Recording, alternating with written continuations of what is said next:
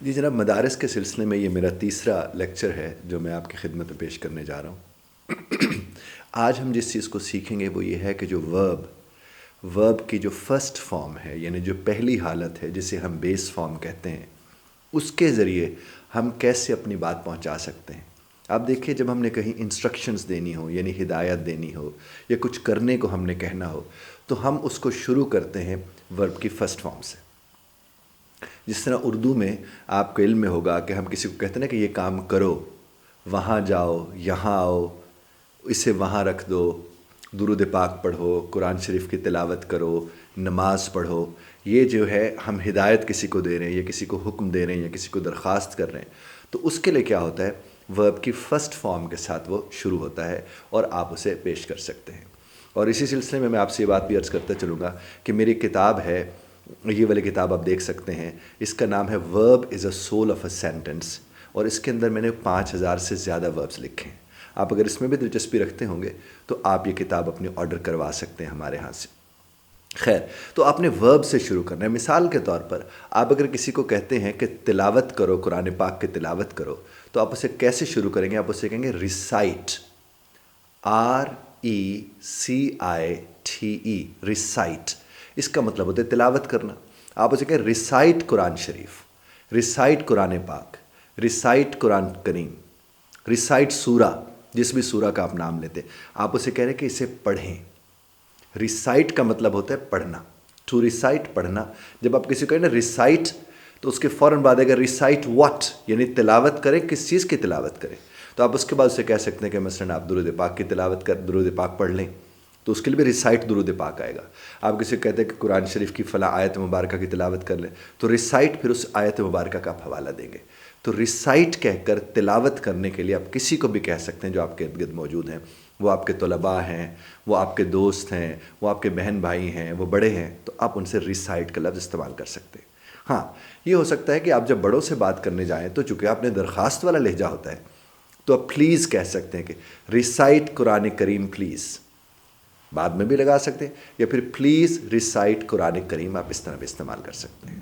بالکل اسی طرح سے اگر آپ کسی کو کہتے ہیں کہ نماز قائم کرو، نماز پڑھو، تو آپ اس کو کس سے شروع کریں گے؟ ویری گڈ، آفر سے۔ آفر، اور آفر OFFER، آفر۔ آفر کے فوراً بعد آپ انہیں کیا کہیں گے؟ صلاۃ، یعنی نماز، صلاۃ۔ آپ پریئر بھی انہیں کہہ سکتے ہیں اگر آپ کہنا چاہیں، لیکن اب چونکہ صلاۃ کو پوری دنیا میں اب سمجھا جاتا ہے، تو اب صلاۃ کہہ دیں گے، تو اس میں کوئی ایسا اس میں ابہام نہیں رہے گا۔ اسی طرح آپ کسی کو کہتے ہیں وضو بناؤ، وضو کرو، تو اس کے لیے آپ میک ایبلوژن، میک MEKE، میک ایبلوژن بھی آپ استعمال کر سکتے ہیں۔ اور اس میں دیکھیں وہی بات میں نے جو آپ سے کی تھی، ورب کی فرسٹ فارم۔ مثلاً کسی سے آپ کہتے ہیں کھڑے ہو جاؤ، تو آپ کیا کہتے ہیں؟ Stand up. کسی کو کہتے ہیں بیٹھ جاؤ، تو سٹ ڈاؤن۔ اب اسٹینڈ اپ میں اسٹینڈ دیکھیں، پہلی فارم آف دا ورب، جسے میں بیس فارم کہتا ہوں، وہ بیس فارم ہے آپ کی۔ آپ نے کسی کو کہا سٹ ڈاؤن، تو وہ بھی پھر بیس فارم ہے۔ آپ نے کسی کو کہا کم ہیئر، کم ہیئر، ادھر آؤ۔ کم ہیئر کا مطلب کیا ہوگا؟ ادھر آؤ، تو اس میں بھی وہی ہوا نا، کم پہلے آ رہے۔ گاؤ دیئر، گاؤ دیئر، وہاں چلے جاؤ، تو اس میں بھی صاحب غور کریں تو کیا آ رہا ہے؟ وہی ورب کی فرسٹ فارم کے ساتھ استعمال ہو رہے ہیں۔ دیئر وہاں کے لیے، ہیئر یہاں کے لیے، جیسے کم ہیئر، گاؤ دیئر۔ اچھا، اب آپ کے سامنے چائے رکھی ہوئی ہے، یا پانی رکھا ہوا ہے، یا جوس رکھا ہوا ہے، اور آپ کسی کو کہتے ہیں کہ اسے پی لیجئے، اسے پی لیجئے، تو آپ کیا کہیں گے؟ Drink it, drink it, take it. اس طرح کسی نے میڈیسن کھانی تھی، اس نے میڈیسن نہیں لی ہے، تو آپ ٹیک لگا کر میڈیسن کا کہہ سکتے ہیں، جیسے ٹیک میڈیسن۔ جس طرح آپ کو پتہ ہے آج کل بخار، گلے خراب، جو کہ موسم بدل رہا ہے، تو اس کی وجہ سے بہت، تو آپ کسی کو کہتے ہیں کہ دوائی لے لو یا دوائی لو، تو آپ اسے کیا کہیں گے؟ ٹیک میڈیسن، ٹیک۔ دیکھیں وہی ورب کی فرسٹ فارم۔ تو آپ جب اس کا ترجمہ اردو میں کرتے ہیں تو آخر میں واو آتا ہے، یا یہ اور نون غنہ آ جاتا ہے۔ ٹیک میڈیسن، دوائی لیں، ٹیک میڈیسن، دوائی لو، یہ آپ استعمال کر سکتے ہیں۔